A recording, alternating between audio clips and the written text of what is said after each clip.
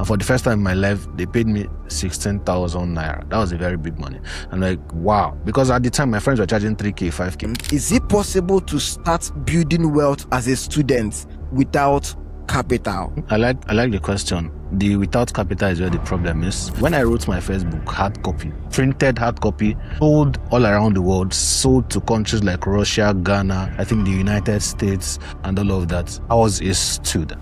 So we have a lot of persons learning graphic designing, a whole lot of bunch of persons learning video editing, learning social media marketing and digital marketing and all. But then again, many of them still say, Baba, I don't learn this thing, but I don't still get money. So you mentioned about if you understand how to sell.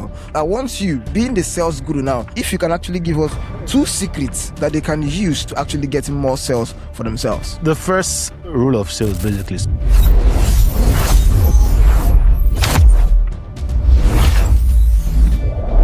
I'll do midnight sub. I didn't have money, so I'll do midnight sub in 2 SIM cards. Then it was talk about. I would love to know from your own wealth of experience, what money mistakes are Nigerian students making right now without realizing it? I mean, it depends on where you look at it from. For students that are privileged, they are probably not making a money mistake. Their parents are well-to-do. They have things well set up for them. They will graduate, they'll get connections, get good jobs, and all of that. But for the average person who really does not have anybody to help them, I think one thing we usually just undermine is our ability to do something for ourselves, make money, figure something out while we are in school. That window when you're in school, they're sending you pocket money. Some people, they don't even send them pocket money, right? They're sending you pocket money, some money to buy books here and there and all of that. While all of that is happening, you can start figuring things out. You can start learning skills. You can start gathering things together to make sure that at a level, you're making some money, you're earning income. When I was in school, for example, I wrote my first hard copy book. It's not my first hard copy book when I was in school. I had started making money when I was in school. In fact, I was already working for 2 companies when I was in school remotely, and all of that. It's just that, that, and one thing that does is that the ability to make money while you're in school just builds you up for when you leave school. You don't have to wait to, look for jobs, to look for all of those things and all that, basically. Yeah. So that's my opinion, basically. Not finding ways to actually make money while you're in school, learn a skill, do something. So you actually said not finding ways to actually make money. I want us to be much more practical here right now, because many students actually have a mindset about money. So we want to make sure that we are really not giving them motivation, but I believe a practical step-by-step guide towards coming out from the word in quotes, SAPA. So when you were actually a student, I want you to take a step backward, having an introspection of your life. What were the financial or money mistakes you made as a student without realizing it? Would I be proud if I said I did not make a lot of money mistakes? Because really I did not. So probably maybe my first or second year in school, I wasn't really doing anything, as for making money. I was fully dependent on my parents and all of that. But when I did go for my internship, and then I started picking up skills, I picked up 1, 2, 3 skills there, but I'd learned photography, I'd learned graphic design, I'd learned video, audio editing and all of that. I'd started learning a little bit of marketing as well. By the time I went back to school, then I was fully armed and equipped to make money for myself and all that. So not skilling up. So when I was in school, initially, I did not skill up. I did not upskill. A part of my days in school was when I now upskilled and I started learning skills and all of that. And when you learn skills, as long as you know how to sell, then you are good to go. You can literally make money. When you learn skills, as long as you know how to sell, you are good to go. You can literally make money. I want us to, double click on that particular statement, because we have a lot of persons now. Because in school and campus, they're now telling you, as you are going for certificate, get skill up. So we have a lot of persons learning graphic designing, a whole lot of bunch of persons learning video editing, learning social media marketing and digital marketing and all. But then again, many of them still say, Baba, I don't learn this thing, but I know still get money. So you mentioned about if you understand how to sell. So I want you, being the sales guru now, if you can actually give us 2 secrets that they can use to As someone that have learned the skill, what are the 2 sales secrets that they can use to actually get more sales for themselves? The first rule of sales basically is to understand what it is that you're selling, right? When you understand what it is that you're selling, then you can be confident enough to sell it. So the first rule of sales is to understand what it is that you're selling. And then don't be afraid of anybody. At the end of the day, right? They are all human beings. They don't bite. I mean, some people can tell you no, but that's all they are going to tell you. Nobody's going to bite you. Nobody's going to do anything to you. So don't be afraid of people. Approach them, DM them. Yeah. I mean, for you to get me on this podcast, you have to DM me, and not just once. So some people try once and they don't get a response and they give up and they say, oh, this thing is probably not for me and all of that. I know you have to DM multiple times. You have to DM on Instagram. You have to DM on Facebook Messenger. And then we had to now, okay, I said, I'm going to do it. And then the date was not forthcoming, and then you DM'd again. And finally, we're here, and that's just a lesson on sales. People think that sales is just when you are, selling something to make money. For you to get me on this podcast right now, that is sales. You've sold me on the idea of coming here, spending some minutes of my valuable time to be here. So you've got to learn how to knock and knock and knock and knock until the door opens up.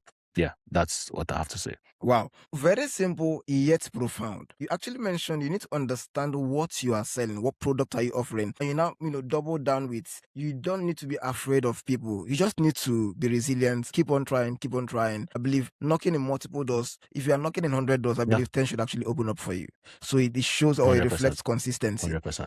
if I'm correct. Now, there are students asking this question: is it possible to start building wealth as a student without capital? I like the question. The without capital is where the problem is. But the other thing I like that you said is it possible to start? Yes, it's possible to start. Is it possible to build wealth? So it depends on what you define as wealth. You cannot build wealth. For example, you cannot have $1 million, $10 million and all of that. You might say, hey, that's a limiting mindset, but how many people usually do have $10 million as students? It's very rare. You cannot do it, right? But is it possible to start? Yes, it is possible to start. Right? And what does it take to start? Knowledge, information. The first step to wealth creation is making money, first of all. For example, I want to diversify my income. I want to invest. I want to do this. How much are you making per month? 35,000. What do you want to invest inside? There's nothing to invest inside. So where do you invest your money? The first thing to invest in is in yourself, in knowledge, in skills, in all of that. You upskill. And when you upskill, you can make money. You upskill, you keep upskilling, you keep investing in yourself, in trainings, in information, in tools. That's part of investing in yourself. If your laptop used to hang, you get money, you buy another laptop. As you investing in yourself, investing in the tool that makes the money so that you can make more money. So the very first step is to increase your income. And then when you increase your income, then you can save. So you can start, you can save. And then when you save information, then you can start investing gradually. And that's how it works. When I was in school, what I was doing is I was working 2 jobs at the time, so they used to pay me. So I just used to take out, I didn't have a lot of responsibility. So I just take out 50% of all my income from the jobs. And then at that time, I just throw some into Piggyvest, I threw some into Ethereum at the time. And that was the journey for me. So is it possible to start? Yes, it's possible to start.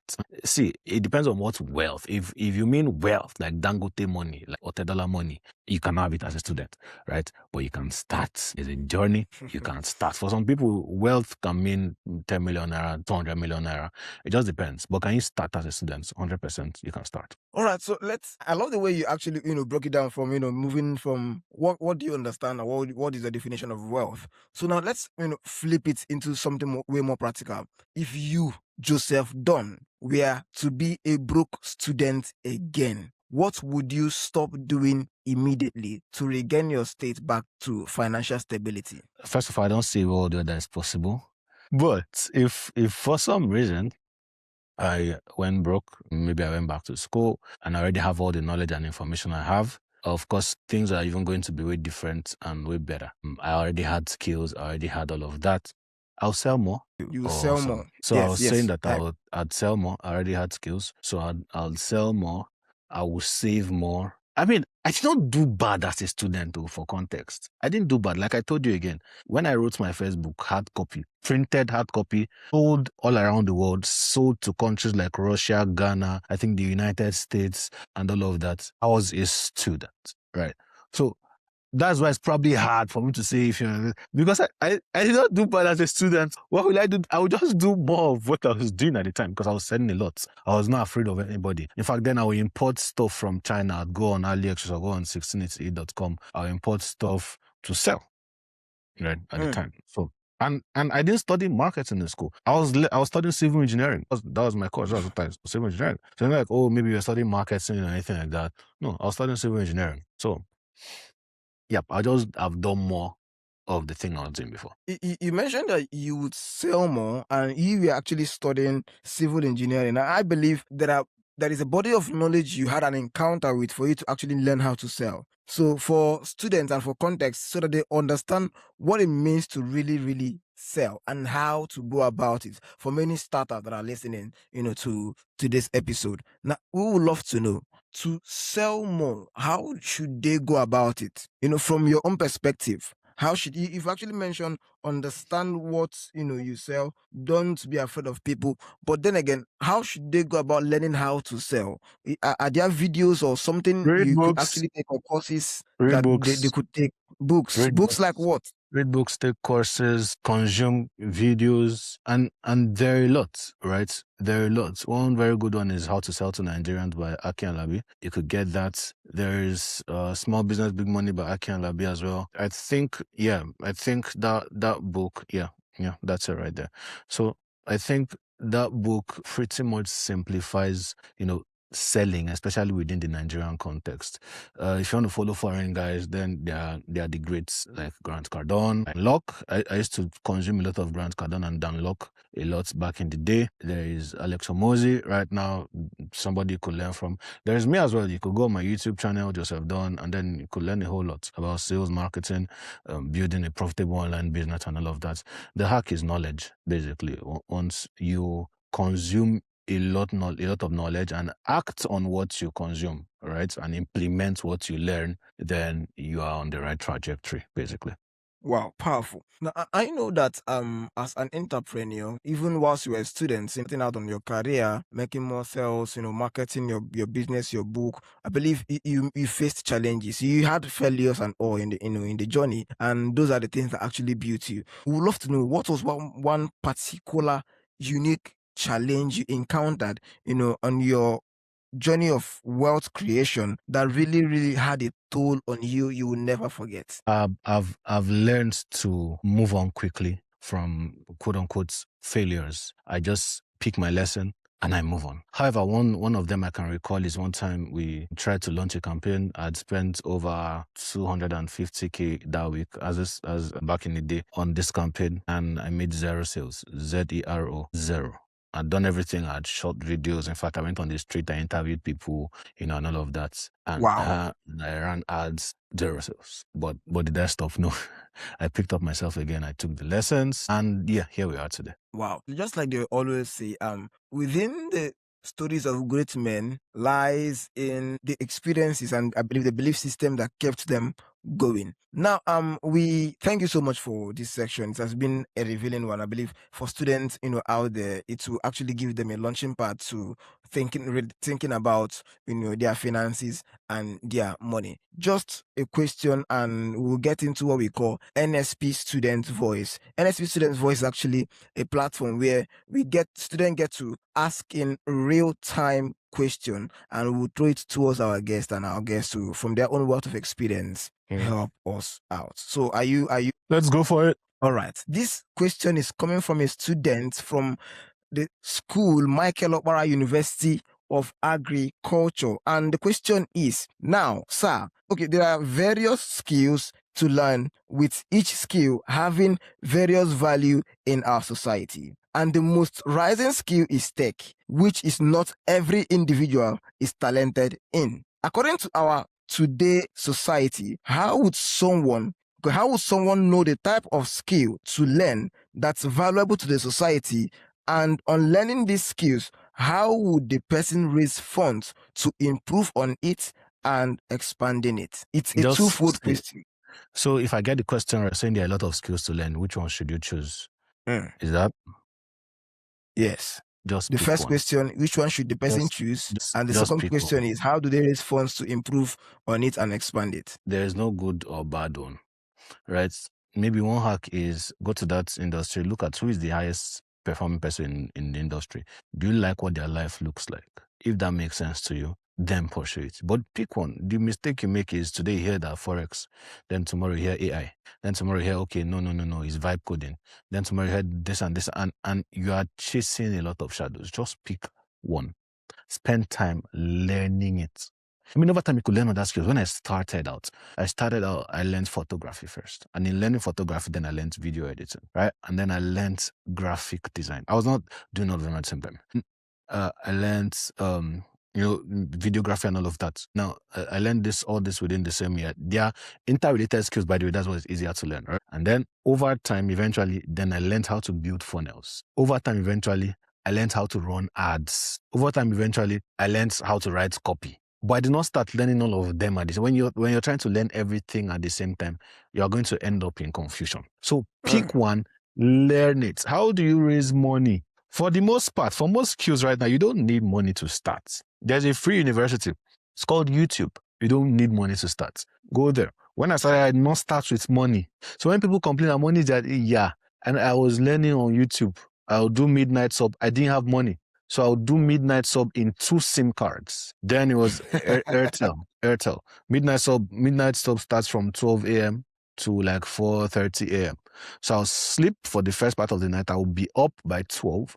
I'll do midnight sub on 2 SIMs. And then I'm on lynda.com. I'm on YouTube learning. I'll do that all night. So when this subscription finishes, I will switch to the other subscription and then I'll continue learning. And I did this for a while until I had my first breakthrough. I landed my first client. At the time, it was somebody, a church in Makurdi, that wanted me to design stuff for them, flyers, promotional materials, and all of that. And for the first time in my life, they paid me 16,000 naira. That was a very big money. I'm like, wow. Because at the time, my friends were charging 3K, 5K. I'm like, wow, 16,000?